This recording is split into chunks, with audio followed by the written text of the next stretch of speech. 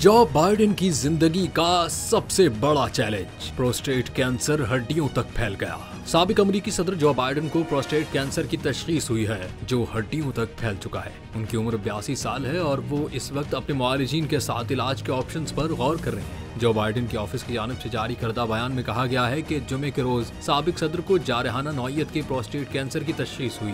तिब्बी reports के मुताबिक इस बीमारी का फैलाव हड्डियों तक हो चुका है, जिसके बाद बाइडेन और उनके अहले खाना ने अपने मुआलिजीन से मशवरा किया है ताकि इलाज के मुख्तलिफ ऑप्शंस पर गौर किया जा सके। प्रोस्टेट कैंसर मर्दों में सबसे आम कैंसर है जो प्रोस्टेट ग्लैंड में पैदा होता है। प्रोस्टेट एक छोटा गुदूद है जो मर्दों के तौलीदी निजाम का हिस्सा होता है। जो बाइडेन की सदारत की मुद्दत 20 जनवरी को खत्म हुई थी और इस वक्त साबिक सदर अवामी जिंदगी से किसी हद तक अलग हो चुके हैं।